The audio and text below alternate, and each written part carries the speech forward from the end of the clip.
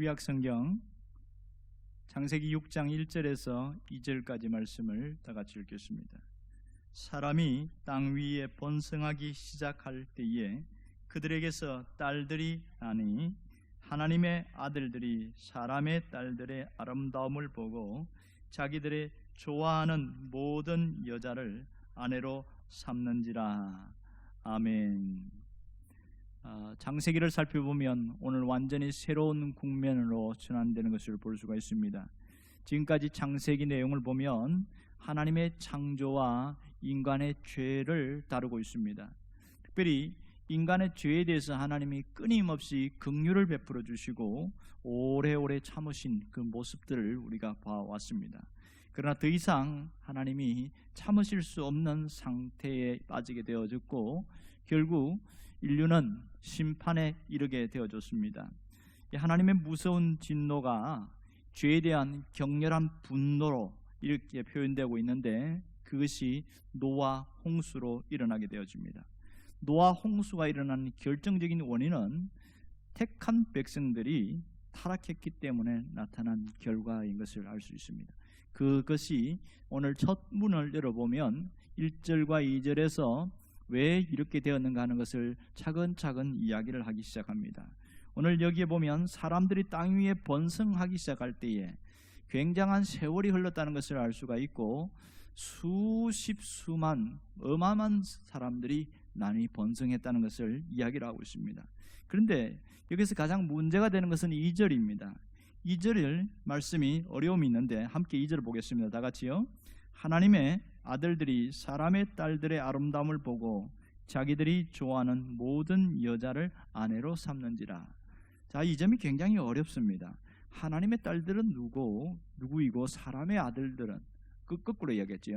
하나님의 아들들과 사람의 딸들 도대체 누구냐는 거예요. 거기에 대해서 상당히 많은 신학적인 의견이 분분했습니다. 오늘 1절과 2절 때문에 오늘 하루 종일 고전을 했는데 무려 한 8시간, 9시간 걸쳐서 오늘 한 편의 설교가 나왔습니다. 그만큼 어려웠습니다. 왜냐하면 이게 신학적으로 굉장히 첨예한 대립이 있고 성경을 풀어야 하는데 가장 난해한 구절 중에 하나가 바로 이 부분이거든요. 그래서 정리를 해봤더니 여기서 나타나는데 지금 동일하게 이쪽이나 저쪽이나 동일하게 이야기하는 것이 뭐냐면 노아 홍수의 원인은 모든 사람들의 죄와 타락 때문에 나타났다. 그것에 대해서는 다 인정을 하는 거예요. 다 인정하는데 문제는 세부적으로 들어가서 이 하나님의 아들들이 누구냐 여기에 대해서 상당한 의견이 이게 갈라지고 있습니다. 사람의 딸들이라는 것은 인간을 이야기하고 있고 그것이 누구의 자손이든지 여전히 그냥 이해가 되어지니까 그건 별 문제가 되지 않았어요. 문제는 하나님의 아들들이라는 이 표현 때문에 그렇습니다. 여기 보면 하나님의 아들들에 대한 정체에 대해서 세 가지 견해가 있는데 정통 개신교 교단이나 유대 랍비들이 뭐라고 일부 개신교 일부와 랍비들 하는 말은 여기 하나님의 아들들은 천사다 이렇게 이야기합니다. 근거가 있거든요. 이 하나님의 아들들이라는 이 히브리 단어와 그 다음에 성경의 욥기에 여러 군데 나타나는 모든 그 단어들을 보면 거의 천사로 표현되어 있습니다. 실제 그렇게 나타나고 있고요. 그리고 창세기에 보면 아브라함에 나타났던 사람이나 소돔 고모라에 갔던 그 모든 사람들이 다 천사, 하나님의 아들들이라고 했을 때 천사로 다 이어지고 있고 그것이 거의 이 해석이 거의 맞아요. 그래서 천사로 이렇게 보고 있는데 어떤 천사냐? 타락한 천사다 이렇게 얘기를 합니다. 영적인 자들인데 이 타락한 천사가 인간과 결혼을 해서 자식을 낳았는데 그 자식이 네필입니다. 자이언트가 태어났다. 거대한 자. 키가 한 3m, 4m 되는 어마어마하게 큰 족속들이 태어났다. 결국은 이들이 너무 전 세계를 퍼지면서 사람들을 약한 사람들을 정복하고 하다 보니까 하나님이 견딜 수가 없어서 홍수로 썰어버렸다. 그렇게 보는 견해가 있어요.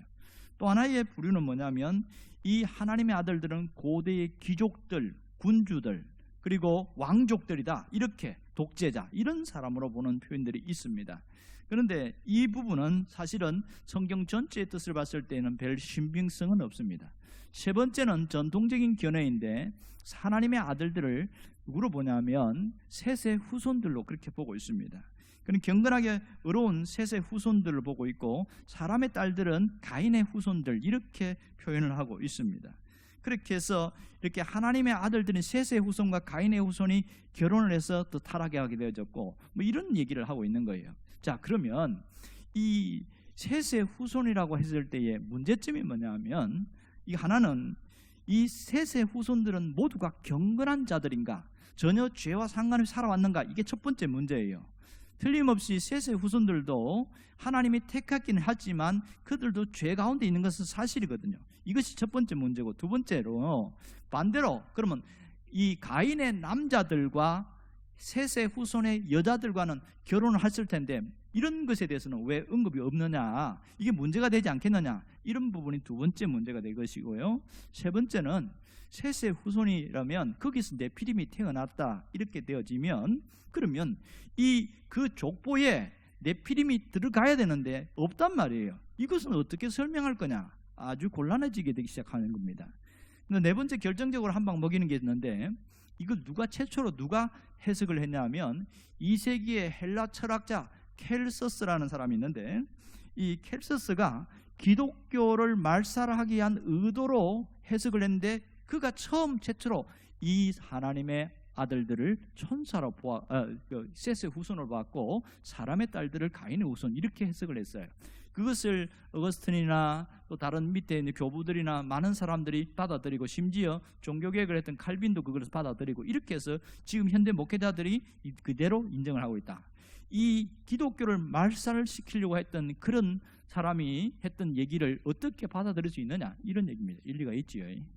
정말 일리가 있습니다. 그러면 반대로 이 하나님의 아들들을 천사, 쉽게 말해서 타락한 천사라고 했을 때는 무엇이 문제가 될까요? 자, 지금 하나님의 아들들이 이게 원 뜻대로 따라가면 천사가 맞긴 한데, 여기엔 또 심각한 문제가 생기는 거예요. 그것은 창조 질서 하나님이 했던 것이 무너지게 되는데, 최초의 인간의 타락은 아담과 하와가 선악과를 따먹은 것으로서 시작됐는데, 실제로 홍수 심판은 그 인간의 타락이 아니고 결국은 심판은 인간이 아니라 천사가 가장 문제가 되더라. 이 타락한 천사가 내려와가지고 사람들과 결혼을 하면서 이 네피림이 생성됐으니까 모든 홍수 심판의 원인적은 누가 있냐? 이것은 천사들이 있다. 이렇게 되니까 인간에게는 면죄부가 주어지는 그런 일들이 생기고요. 두 번째는 뭐냐면, 그 타락한 천사들은 사람으로 왔기 때문에 결혼을 할 수 있다, 이렇게 얘기를 해요. 그렇게 해서 특히 이렇게 되어지면 이단들이 나올 가능성이 굉장히 많습니다. 그러면 창세기 3장에 나오는 이 뱀으로 나타난 그 마귀가 그 하와와 결혼을 해서 그렇게 해서 인간이 타락했다는 이런 학설이 나오게 된 책이 있고요. 또 하나는 누가복음에 나오는 이 가브리엘 천사가 마리아와 결혼을 해서 그래서 예수님이 태어났다. 이래서 이 성경에 있는 예수님의 성육신 이런 것들이 다 파괴돼 버리는 이단이 출현할 수 있는 가능성이 굉장히 높은 거예요. 이게. 또 세 번째는 뭐냐면, 타락한 천사와 인간이 결혼했을 때에 인간은 죄악길에서부터 면제를 확실히 받게 되어지고, 그래서 생물학적인 유전이 되어져서 계속 자이언트가 내려온다는 거예요. 민수기에 보면 아말렉 족속 중에 저기 누굽니까? 가나안 족속 중에 거기에도 네피림 같다 이런 얘기가 나오는데, 그 얘기는 다음에 하기로 하고요. 그런 일들이 나타나는데, 그러면 지금도 천사와 타락한 천사와 인간이 결혼해서 자식을 낳을 수 있는 거 아니냐? 졸지에 올림푸스 신전이 돼버린 거예요. 그리스 신이 나오는 것처럼 말이에요. 제우스 신이나 이런 것처럼 신과 인간이 결혼해서 자식을 놓고 이렇게 되어버리니까 상당히 문제가 되더라. 결국은 그 원어적인 뜻을 따라가면 천사로 해석을 해나가는 게 맞아 보여요. 그런데 성경 전체를 볼 때, 구속사의 어떤 측면에서 흐름을 볼 때에 여기에 하나님의 아들을 천사로 풀어버리면 상당히 성경이 뒤틀어지고 문제가 심각하게 되더라, 이런 결론에 나타나게 되어집니다. 결국은 우리 모든 이쪽 계통이나 이쪽에는 서로 강조하는 사람들이 동일하게 생각하는 거냐면, 모든 타락은 인간에게서부터 시작됐다. 그것은 절대로 부인하지 않습니다. 그래서 죄는 사람이 타락하면서 되어졌기 때문에 결국은 하나님의 영이 오셔서 우리를 회복시키는 그 일을 하는 것에 대해서는 동의를 한단 말이에요. 결국 정리를 해보면 전체의 의미로 봤을 때에 하나님의 아들들은 하나님의 은혜와 축복을 얻은 후손들이 맞다는 결론이 나오고 있습니다. 경건한 후손들이 되어진 것이죠. 설사 보면 앞에 있는 4장을 읽어보면 5장에 보면 뭐가 나오냐면 여기 4장에 나오겠죠. 4장에 보면 가인의 후손 계보가 먼저 나오는데 불경건한 사람으로 보통 지칭되는 가인의 후손들과 그 다음 이어지는 것이 보면 또 아담의 계보를 나오는 셋의 후손들이 나와요. 경건한 셋의 후손.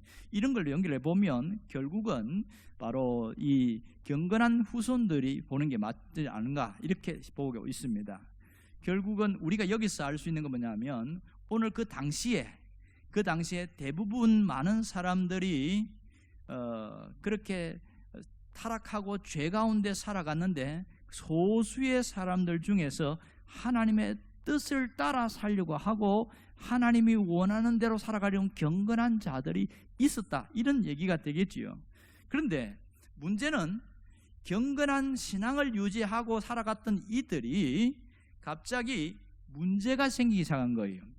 하나 둘이 아니고 수십 명 집단적으로 무너지기 시작하는 거예요. 신앙 자체가 무너지고, 우리식으로 얘기하면 신앙이 무너지고 하나님께 대한 예배가 무너지고 다 무너지기 시작하면서 결국은 그들이 가인의 후손과 셋의 후손이 별반 차이가 없더라, 단지 혈통의 차이 외에는 아무것도 없더라, 이렇게 된 겁니다. 여기에서 가인의 후손은 뭘 이야기하면 하나님 없이 내 마음대로 살아가는 사람, 이게 가인의 후손에 대한 정리거든요. 그러니까 그들은 얼마나 똑똑했는지 악기도 만들고 기계도 만들고 과학 문명과 그다음에 문화와 뭐 굉장한 것을 만들고 누리는데 굉장히 탁월한 거예요.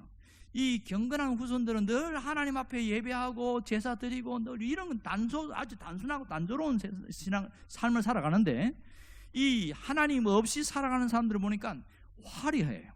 굉장히 심오하고 아름답고, 그래서 하나님을 섬기는 경건한 후손들이 한 번은 그들에게 가봤더니 깜짝 놀라는 거예요. 세상에 이런 데가 다 있나? 그러고 나서 눈이 뒤집혀진 거예요. 자기들은 매 와갖고 맨날 똑같은 일을 반복하고 그러는데, 그러면서 자기들의 삶이 우리가 뭔가 잘못된 것 같다, 여기서 틀어지기 시작한 것이 창세기 6장의 초두에 나오는 그 내용들이라고 할 수 있습니다. 결국은 하나님은 이 심판의 원인이 어디에 있냐면 가인의 후손들이 죄를 많이 지어서 심판한 게 아니고 하나님을 섬기는 신앙인들이 그 신앙이 무너지면서부터 더 이상 여기에 의미가 없다는 거예요. 그래서 그 다음 이후에 하나님이 심판이 오는데 하나님 바로 싹 썰어버리지 않았습니다. 창세기 5장에 보면 무두셀라를 보내지요. 그러면서 에녹한테 뭐라고 그럽니까? 이 무두셀라가 죽으면 심판이 올 거다. 줬잖아요. 근데 거의 969살이니까 1000년 가까이 기간을 줬지요. 그리고 이 노아 때에도 보면 하나님이 얼마간 더 시간을 여유가 주냐면 120년이라는 유예기간을 또 주는 거예요. 그리고 나서 노아에게 다시 방주를 지으라고 할 때가 600세였어요. 그리고 나서 또 100년이라는 세월이 또 흘러가고 상당히 하나님이 많은 시간 동안 기다리고 또 기다리고 또 기다리는 그런 일이 이 창세기 6장에서 이어지고 있습니다. 결국 하나님 오늘 성경을 통해서 뭘 이야기하냐면 택한 백성들은 하나님의 상속을 받은 자들이다. 하나님의 관심사는 택한 백성들에게 있다. 이걸 얘기를 하고 있는 거예요. 그들이 어떻게 살아가는가, 그것이 더 중요하지 하나님 없이 살아가는 사람들이 얼마나 타락했고 얼마나, 그거는 별로 중요하지 않다, 이렇게 이야기하고 있습니다. 이게 맞는 이유는 뭐냐면 소돔과 고모라 성에 그렇게 악하고 타락했지만 하나님이 의인 10명만 있으면 멸망시키지 않다고 그랬어요. 그리고 예레미야서에 보면 예루살렘에 너희가 의인 한 명이라도 네가 한번 돌아다니 봐라, 한 명이라도 있으면 내가 예루살렘 멸망 안 시킬게. 그래서 그 예레미야가 다 돌아보니까 아무도 없거든. 내가 멸망해도 되겠지, 뭐 이렇게 얘기가 나오는 거예요. 결국은 경건한 자들의 신앙이 무너졌느냐 안 무너졌느냐, 이걸로 하나님이 세상의 심판의 바로미터로 삼는 것을 볼 수가 있습니다. 그러면 우리가 경건한 자의 신분을 가졌다고 하면 우리가 어떻게 살아가느냐, 이것이 대단히 중요한 일이겠지요. 자, 예수를 믿으면 주어지는 특권이 뭡니까? 하나님의 자녀가 되어집니다. 하나님의 양자가 되어지는데, 양자가 되면 무슨 특권이 있어요? 그 아버지로부터 아버지의 유산을 받아 누리는 특권이 있지요. 이런 얘기하면 훨씬 쉽겠죠. 똑같이 고아원에 아이들이 수십 명 있는데 어떤 할아버지가 중절모를 쓰고 가고 쭉 둘러보다가 그냥 마음에 드는 남자아이를 해갖고 데리고 왔어요. 자기 자식이 없는데 얘를 데리고 와가지고 자기 족보에다가 입적을 시켰고 양자로 입양을 했단 말이에요. 그러면 이 아들은 출신은 고아원에서 태어나고 고아원에서 살아왔지만 지금 어떻게 살아갑니까? 완전히 바뀌는 거예요. 호적 자체가 다 바뀌었어요. 이 중절모 쓴 그 돈 많은 할아버지의 아들이 되어진 거야. 그러면 이 할아버지가 돌아가시면 모든 것을 누가 누립니까? 이 양자가 누리는 거죠. 이게 양자의 특권이라는 겁니다. 하나님은 우리에게 이런 것을 줬습니다. 그런데 세상을 살아갈 때는 하나님의 자녀나 하나님 안 믿는 사람이나 뒤섞여 살기 때문에 전혀 모릅니다. 분간이 가지 않아요. 그런 거 아시죠? 똑같이 이 대골집에 사는 아이나 또 가난한 집에 사는 아이나 같이 놀 때는 똑같아요. 그런데 밤이 돼서 해가 넘어갈 때 집에 갈 때에 자기 집을 찾아가잖아요. 근데 자기 집이 아닌데 따라 들어가면 뭐랍니까? 거기 있는 하인이나 대골집에 하인이나 너 왜 왔냐? 너 우리 여기 사는 사람 아니잖아. 너희 집에 가. 이러면서 보내잖아요. 구분이 되어지는 거예요. 이게 우리가 심판 때나 죽음 때에 이런 일이 일어나거든요. 결국은 문제는 뭐냐면 경건한 신앙을 가지고 하나님의 자녀로 살아가는 사람들에게 상당한 갈등이 있다는 거예요. 어떤 갈등이냐면 하나님을 섬기는 것이 처음엔 너무 좋았어요. 신앙을 가진 게 너무 좋았단 말이에요. 그런데 그렇게 살아가다 보니까 재미가 없는 거예요. 오히려 하나님 없이 살아가는 사람이 훨씬 재미있게 살고 더 즐겁게 살고 아들 딸 낳으면서 하고 싶은 거 다 하고 뭐 마음대로 하고 뭐 걸림돌 없지 뭐 마음껏 이렇게 막 질주해도 아무도 터치하는 사람 없고 더 잘 살아가더라. 거기서 오는 상당한 갈등과 고민이 있어요. 그러다 보니까 자꾸만 정체성이 흔들리기 시작하는 거예요. 이런 것이 우리의 현실입니다. 자, 그러면 여기서 하나님은 지금 나에게 뭘 원할까? 하나님은 나에게 어떤 것을 원하실까? 하나님의 관심사는 분명히 경건한 신앙을 가진 사람이라는 걸 알잖아요. 그러면 하나님은 분명히 택한 자들에게 하나님이 능력과 영광이 다시 회복되기를 원한다는 사실입니다. 능력과 영광이 이게 대단한 건데요. 특별히 하나님의 자들로서의 특권을 반드시 회복해야 됩니다. 이게 무슨 말입니까? 하나님의 자녀가 되면 주어지는 특권이 있는데 수많은 믿는 사람들이 특권을 다 누립니까? 못 누립니까? 못 누리고 사는 사람이 태반이에요. 갖고 있지만 안 써먹는 거예요. 그런 경우가 굉장히 많지요. 특별히 택함받은 자들이 신앙이 무너지면 무슨 고민을 하냐면 하나님을 섬기는 것으로 만족하지를 못해요. 하나님 섬기는 것으로 사는 그 기쁨 그거 갖고는 내가 마음이 양이 안 차는 거예요. 뭔가 그 더 이상을 원하는 거예요.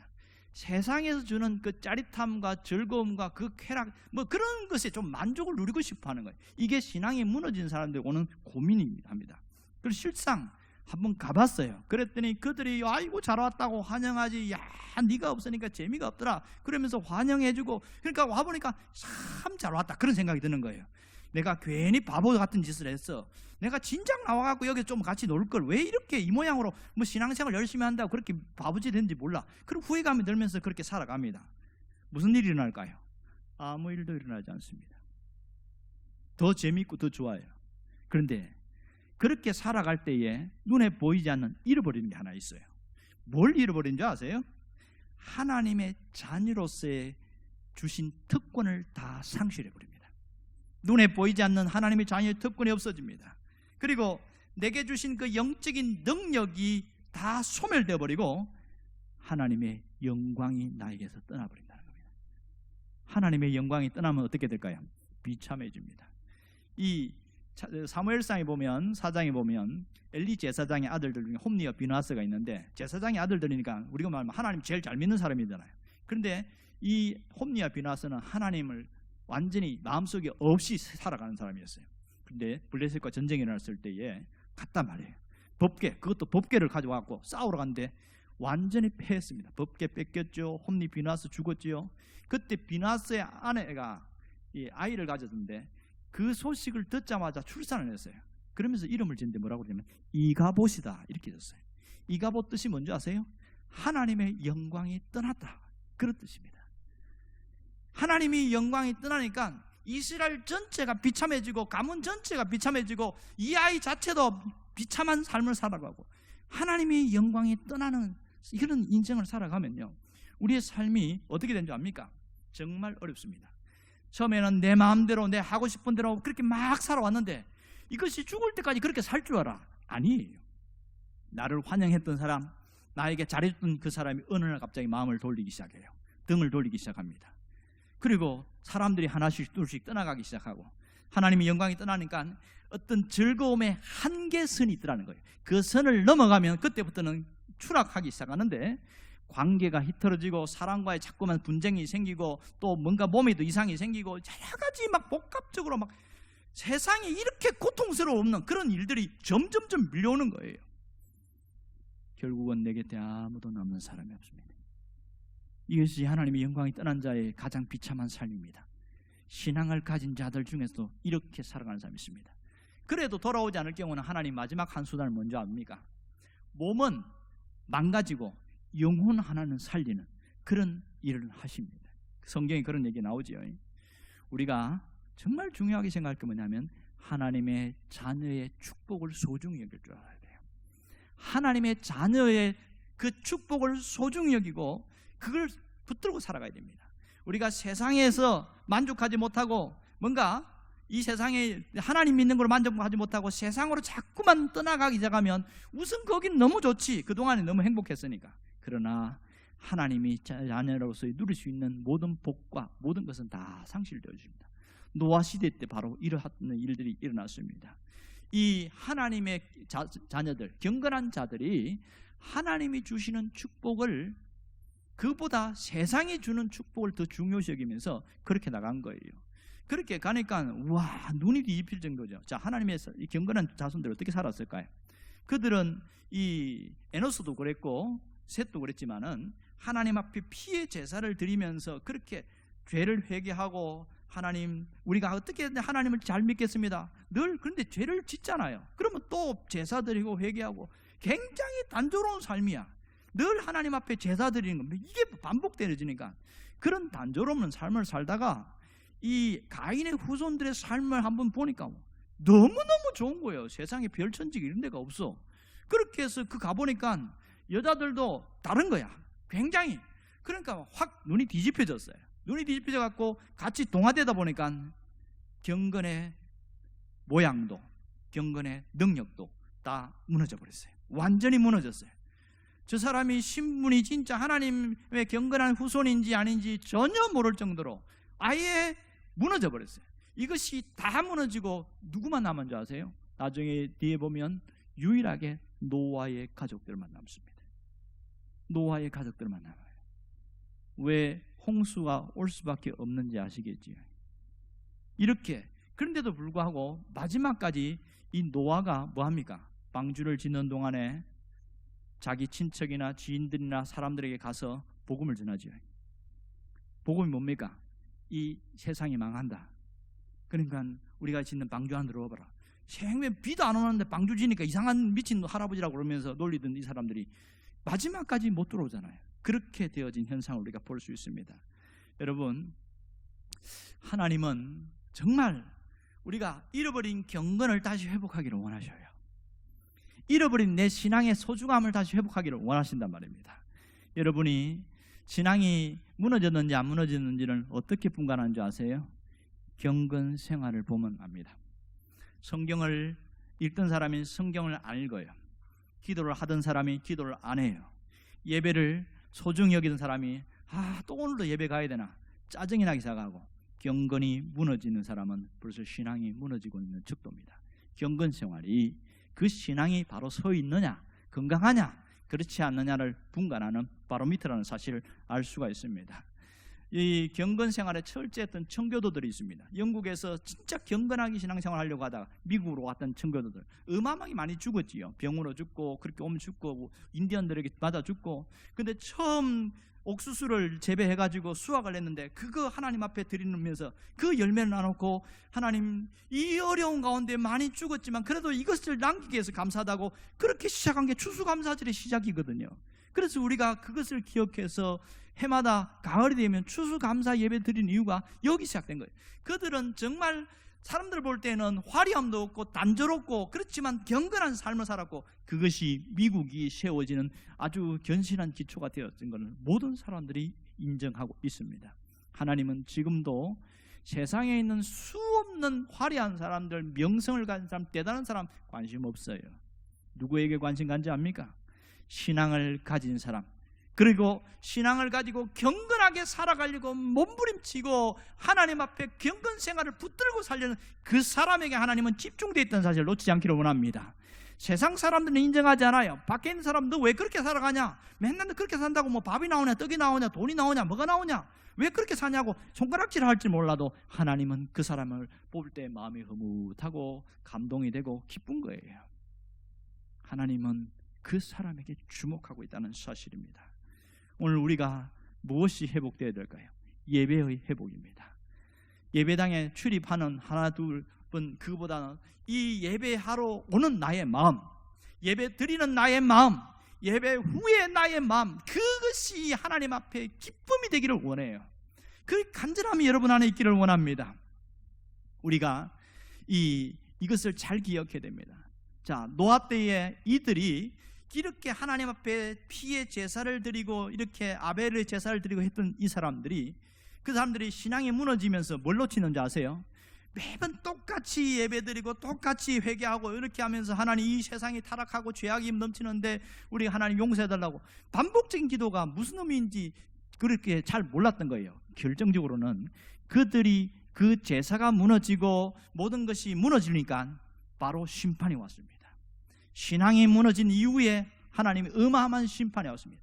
그들이 하나님 앞에 드리는 그 제사가 얼마나 소중하고 귀한지는 심판이 때에 이미 그때 깨달아서 뒤늦어 끝난 거죠. 우리가 드리는 예배가 얼마나 소중한지 아세요?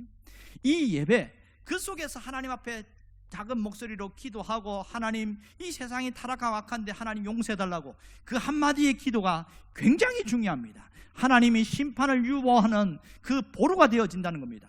방어선이 되어진다는 거예요. 여러분, 정말로 경건한 자가 세상의 희망입니다. 경건한 믿음의 사람 때문에 하나님의 심판을 더 이루어진다는 사실을 놓치지 않기를 원합니다. 그러므로 하나님은 경건한 후손이 고통당하고 죽을 때까지 고통당할 절대로 허락하지 않습니다. 하나님은 우리가 얼마나 경건한 자의 신앙으로 살아가느냐, 그것을 갖고 우리를 판단하신단 말입니다. 오늘 우리가 한 번 드리는 이 예배를 소중히 여길 수 있기를 원합니다. 특별히 수요일 날 오는 여러분들에게는 더 하나님의 큰 은혜가 될 줄 믿습니다. 제가 설교를 준비하면서 다 안 오고 당연시 되어지는 이 시간에 여기에 그래도 와서 예배 드리려고 하는 그 중심과 그 마음 하나님은 받으실 줄 믿습니다. 여러분이 그 안에 마음을 담고 내 마음을 쏟아붓고 하나님, 내가 헌신된 자로서 이왕 서 있기를 주의 이름으로 축원합니다. 기도하겠습니다.